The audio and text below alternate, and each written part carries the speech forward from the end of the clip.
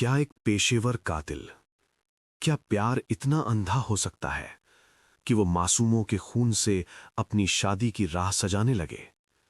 क्या एक 22 साल की कॉलेज जाने वाली छात्रा, जिसके हाथों में किताबें होनी चाहिए थीं, वो एक कातिल की तरह वार कर सकती है? बिहार का मोतिहारी, एक ऐसा जिला जहां की मिट्टी ने इतिहास रचा, लेकिन मार्च 2026 की एक शाम यहां की हवाओं में मौत की ऐसी साजिश खुली जिसने पूरे सूबे की रूह कपा दी। एक तरफ था इश्क का जुनून और दूसरी तरफ दो मासूमों का इंतकाम। आज की कहानी किसी फिल्म की पटकथा नहीं, बल्कि एक ऐसी लड़की की हकीकत है जिसे दुनिया अब लेडी किलर के नाम से जानती है। बिहार के पूर्वी चंपारण जिले का एक छोटा सा गांव हीरापट्टी। गांव की सादगी और शांति यहां की पहचान थी। इसी गांव में रहती थी 22 साल की शिल्पी कुमारी, बीए फाइनल ईयर की छात्रा, दिखने में शांत और सीधी साधी। लेकिन शिल्पी के दिल के भीतर एक ऐसा तूफान पल रहा था जिससे उसका परिवार और पूरा गांव अनजान था। शिल्पी को प्यार हुआ था उसी के गांव के एक युवक सोनू से। सोनू और शिल्पी का रिश्ता पुराना था, लेकिन जैसा कि अक्सर हमारे समाज में होता है, इस प्रेम कहानी के बीच में आ गया परिवार। सोनू के पिता और उसके भाइयों को यह रिश्ता मंजूर नहीं था। उन्होंने साफ कह दिया था, सोनू, अगर उस लड़की से बात की तो हमसे बुरा कोई नहीं होगा। सोनू ने तो अपने कदम पीछे खींच लिए, लेकिन शिल्पी, उसके लिए सोनू सिर्फ एक प्रेमी नहीं, एक जिद बन चुका था। और जब जिद हद से आगे बढ़ जाए तो वो तबाही लाती है। तारीख थी 20 मार्च 2026। दोपहर का वक्त था। गांव के ही दीपक यादव की 5 साल की बेटी अंशिका अपने घर के बाहर खेल रही थी।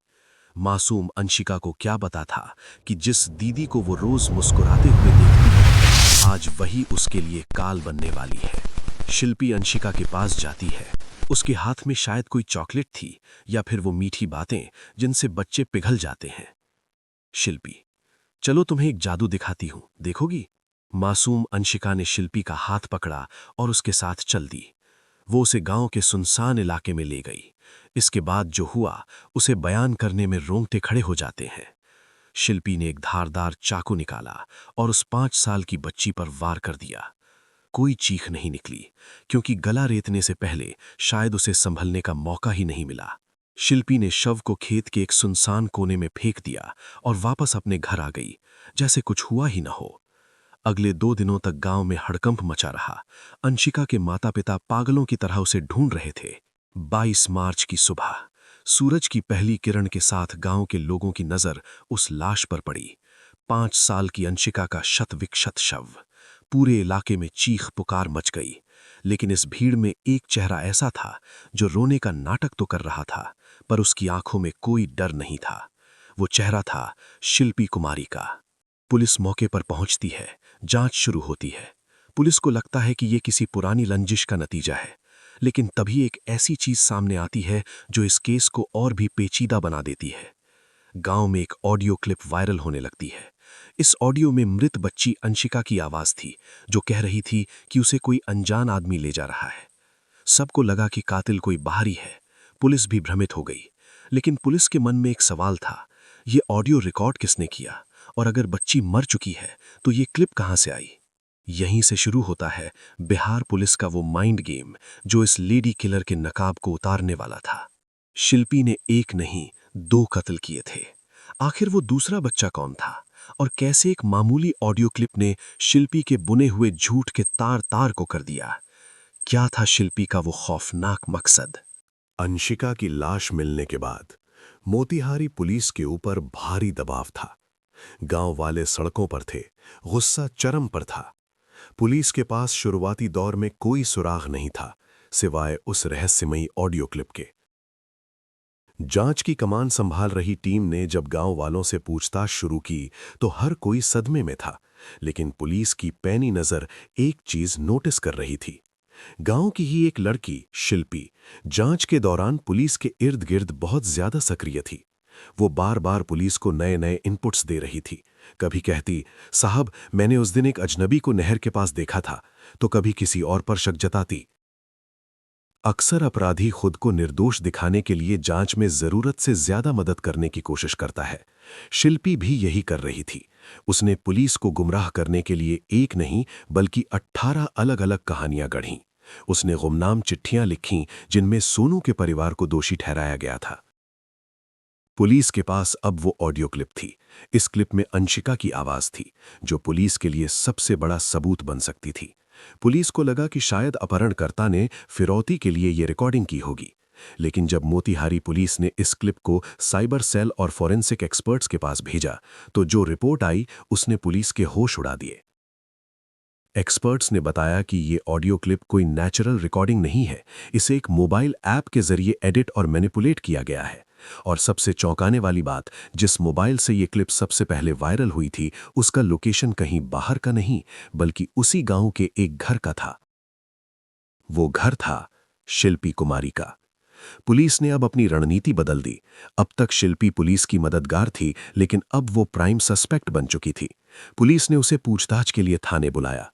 शुरुआत में शिल्पी ने खुद को बहुत शांत दिखाया।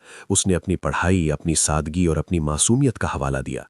उसने पुलिस से कहा, मैं तो एक स्टूडेंट हूं, मैं किसी की जान कैसे ले सकती हूं? लेकिन जब पुलिस ने उसके सामने वो मोबाइल और साइबर सेल की रिपोर्ट रखी, तो शिल्पी के चेहरे की हवाइयां उड़ने लगीं। पुलिस ने एक और बड़ा दांव खेला। उन्होंने शिल्पी के पुराने रिकॉर्ड खंगाले तो पता चला कि कुछ समय पहले गांव में एक और बच्चे की संदिग्ध मौत हुई थी।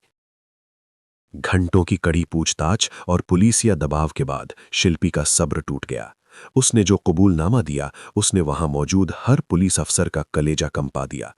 शिल्पी ने सिर्फ अंशिका का कत्ल नहीं किया था, उसने कबूल किया कि वो इससे पहले एक और मासूम को मौत के घाट उतार चुकी थी। उसने बताया कि वो ये सब किसी रंजिश के कारण नहीं, बल्कि एक बेहद खौफनाक प्लान के तहत कर रही थी। पुलिस के सामने बैठी 22 साल की शिल्पी कुमारी अब टूट चुकी थी।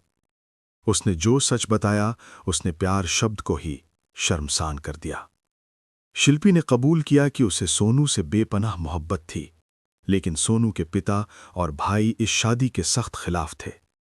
शिल्पी का मानना था कि अगर वो सोनू के परिवार या उनके करीबी रिश्तेदारों के बच्चों को निशाना बनाएगी, तो पूरे परिवार में मौत का डर बैठ जाएगा। उसे लगा कि लगातार हो रही इन मौतों से सोनू का परिवार टूट जाएगा।